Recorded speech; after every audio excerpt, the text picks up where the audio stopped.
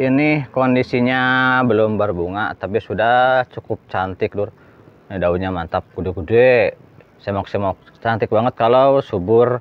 Apalagi jika sudah berbunga, pasti bakal cantik banget nantinya ya kalau sudah berbunga. Yang penting anggreknya subur dulu, dan cara menyuburkannya gampang. Cara membuatnya dia subur itu tidak terlalu sulit, jadi disimak terus videonya. Siapkan air bersih, ini 5 liter air bersih. Untuk pupuknya 1 sendok makan aja cukup untuk 5 liter air bersih. Kalau untuk satu tanaman seujung sendok aja cukup. Untuk 1 liter, kurang lebih 1 liter air bersih segini aja cukup. Kalau untuk agak banyak atau untuk beberapa plant, saya biasa racik 5 liter air bersih. Kebetulan ada kolam ikan, jadi airnya saya pakai air kolam ikan. Jangan lupa diaduk dulu sampai merata, sampai semua merata agar penyerapan unsur haranya maksimal. Untuk aplikasinya boleh direndam, boleh juga disiram. Kalau saya kan seperti ini digantung, biasanya saya direndam aja seperti ini. Tapi kalau disiram pun nggak apa-apa, yang penting pastikan semua bagian media tanam dan area perakaran basah oleh pupuk. Nah seperti ini Lur, ini biasa saya rendam. Tunggu beberapa lama, jangan langsung diangkat sampai ke akar basah oleh pupuk. Biasanya kalau akar kering kan dia warnanya putih, ya sampai berubah warna, itu artinya akarnya udah nyerap pupuk, udah nyerap cairan pupuk ini biar lebih maksimal. Nah, akhirnya kita terangin, ini sisanya boleh pakai ke tanaman lain. Yang penting pastikan anggrek kita sehat. Kalau anggrek sakit jangan seperti ini, mending disiram aja, lebih aman. Kalau disiram seperti ini, disiram sampai benar-benar basah. Kalau bisa jangan sekali nyiram seperti ini, tapi harus beberapa kali sampai terserap maksimal. Nah misalnya seperti ini nih. Ini kan asalnya seperti ini putih, sampai dia menyerap seperti ini warnanya. Nanti warnanya seperti ini kalau sudah menyerap cairan pupuk. Jadi dilakukan beberapa kali penyiraman agar semua terserap maksimal. Kalau sekali nyiram gini aja biasanya kurang efektif, kurang nyerap. Nah, udah beberapa kali penyiraman, tinggal disimpan kembali ke tempat semula. Kalau untuk anggrek di rumahan, untuk skala rumahan, biasanya kan gak semua bagian terkena cahaya matahari. Dan untuk anggrek biasanya pertumbuhan mengikuti arah cahaya matahari, atau apa istilahnya, fototropisme kalau gak salah. Jika cahaya matahari berasal dari sini, soalnya kan terhalang tembok ke belakangnya seperti tempat saya, biasanya dia terus cenderung ke sini, dia arahnya jadi miring, tanamannya jadi gak tegak, jadi kurang bagus. Cara ngakalinya sering dibalik aja posisinya. Yang ini yang udah agak tinggi kelihatan. Nah misalnya ini Lur, ini kan skala rumahan, sebelah sono terhalang tembok, arah pencahayaan sebelah, tapi bisa tegak seperti ini. Caranya dibolak-balik, karena ini posisinya digantung jadi lebih mudah. Seminggu ke sini, nanti seminggu kemudian dibalik lagi, jadi dia tetap tegak lurus ke atas, gak miring ke depan atau ke belakang. Seperti ini juga, ini kan udah miring ke sini, nanti kita balik, nanti dia ke sini lagi agar tegak, pertumbuhannya tegak. Jadi terlihatnya sangat cantik, bagus kalau terlihat tegak. Pupuk yang saya pakai untuk anggrek seperti ini pada fase pertumbuhan, untuk memaksimalkan pertumbuhan agar pertumbuhannya gede, jumbo dan subur, saya pakai pupuk pertumbuhan. Kebetulan saya ada Gandasil D. Nah pakainya Gandasil D kalau saya, yang warna hijau, Gandasil D. Kalau ada pupuk lain gak masalah, yang penting dengan kadar nitrogen yang lebih tinggi daripada kalium dan fosfat. Nitrogen lebih tinggi untuk pertumbuhan agar daunnya subur, jadi dia fokus ke pertumbuhan. Untuk merek gak masalah, pakai merek yang lain juga gak apa-apa. Sedangkan untuk pembungaan saya pakai 2 pupuk. Yang pertama pakai MKP, dan yang kedua pakai Gandasil B. Ini MKP monokalium fosfat tanpa nitrogen ya, unsur haranya ini hanya kalium dan fosfat.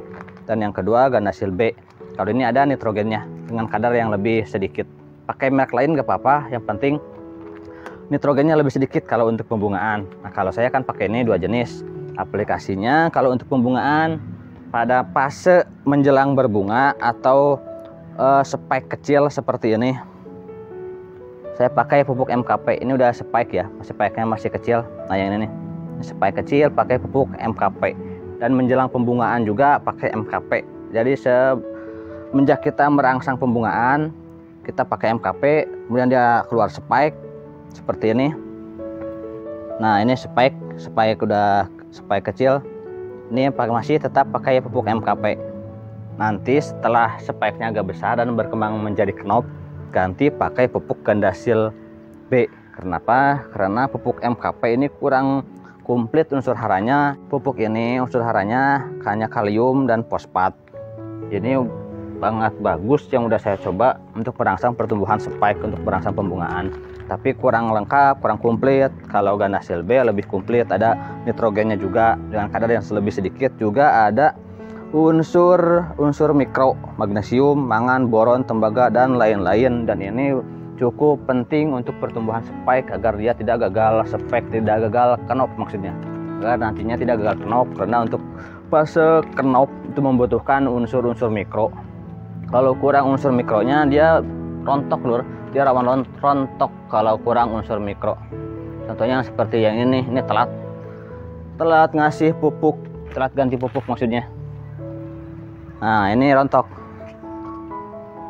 ini sini rontok nih, speknya gagal berkembang. Nah ini rontok, gagal knop. Kalau yang bawahnya masih aman, ini gagal knop. Ini telat saya ngasih pupuk, ganti pupuknya.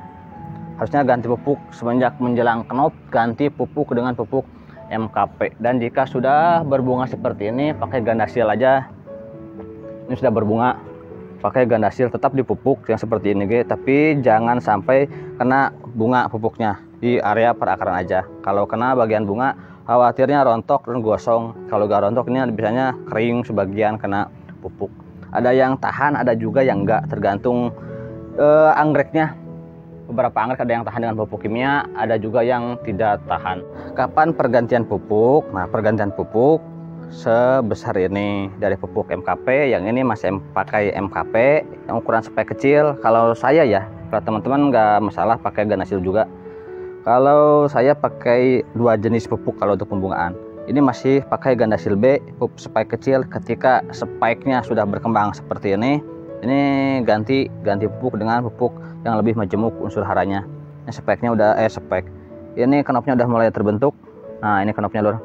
Ini pakai pupuk Gandasil B untuk bunga karena unsur haranya lebih lengkap daripada MKP. Jadi dia ada ada nutrisi buat pertumbuhan knop nih, agar knopnya gak gagal knop nantinya, gak rontok. Pakai pupuk Gandasil yang lebih majemuk unsur haranya, ada unsur makro juga unsur mikro. Jadi dalam merawat anggrek, utamakan dulu kesehatan tanaman dan kesuburannya. Kalau pembungaan jangan khawatir, nanti juga dia berbunga. Kalau misalkan ada yang lama, emang begitu sih anggrek mah, kadang dia butuh waktu untuk beradaptasi dengan lingkungan yang berbeda dari aslinya. Tapi kalau sudah beradaptasi, dia akan mudah banget berbunga. Tanpa dipupuk pun bisa berbunga. Tapi kalau misalkan pingin anggreknya subur, ya harus dipupuk biar subur, tapi yang teratur dan sesuai dosis yang dianjurkan. Jangan melebihi dosis yang dianjurkan, karena kalau melebihi dosis yang dianjurkan itu cukup riskan dan berbahaya bagi tanaman Anda. Tanamannya bisa kerdil, kering, bahkan mati kalau kelebihan pupuk. Untuk tanaman yang overdosis pupuk, nah ini contohnya, ini saya kelebihan pupuk pembungaan, tapi bukan yang tadi ya. Ini pupuknya nggak saya buka karena bukan salah pupuknya, tapi salah sayanya yang kelebihan. Memang saya yang mencoba nih ngetes segimana mampunya pupuk ini, ternyata kurang bagus. Untuk pupuknya bukan pupuk yang tadi. Pupuk yang tadi udah aman, udah saya coba ke beberapa anggrek saya aman. Ini mah kelebihan dosis lur. Ini saya coba naikkan 3 kali lipat, hasilnya seperti ini. Kuntet asli. Ini yang normalnya ini. Ini parah nih. Pupuk kasih pupuk pembungaan kelebihan seperti ini. Jadi harus sesuai dengan dosis yang dianjurkan. Jangan melebihi dosis yang dianjurkan, karena bisa seperti ini. Ini masih mending. Kalau pemula yang baru menanam anggrek, anggreknya seperti ini pasti nangis yakin. Soalnya begini, kalau yang udah biasa, udah tahu apa namanya resikonya ya gak masalah sih. Saya emang resikonya gitu. Kalau mencoba, kalau gak mati ya begini kerdil. Nah, ini lumayan payah juga parah, tapi saya biarin aja tuh, rawat dulu. Nanti saya lihat perkembangannya sambil memantau pupuk yang saya gunakan untuk ini. Ini beda pupuknya. Jangan dicoba di rumah untuk yang ini. Don't try this at home. Seperti ini kalau overdosis pupuk. Sekian dulu dari saya, mudah-mudahan bermanfaat. Jangan lupa dukungannya dengan cara like, comment, and subscribe. Wassalamualaikum warahmatullahi wabarakatuh.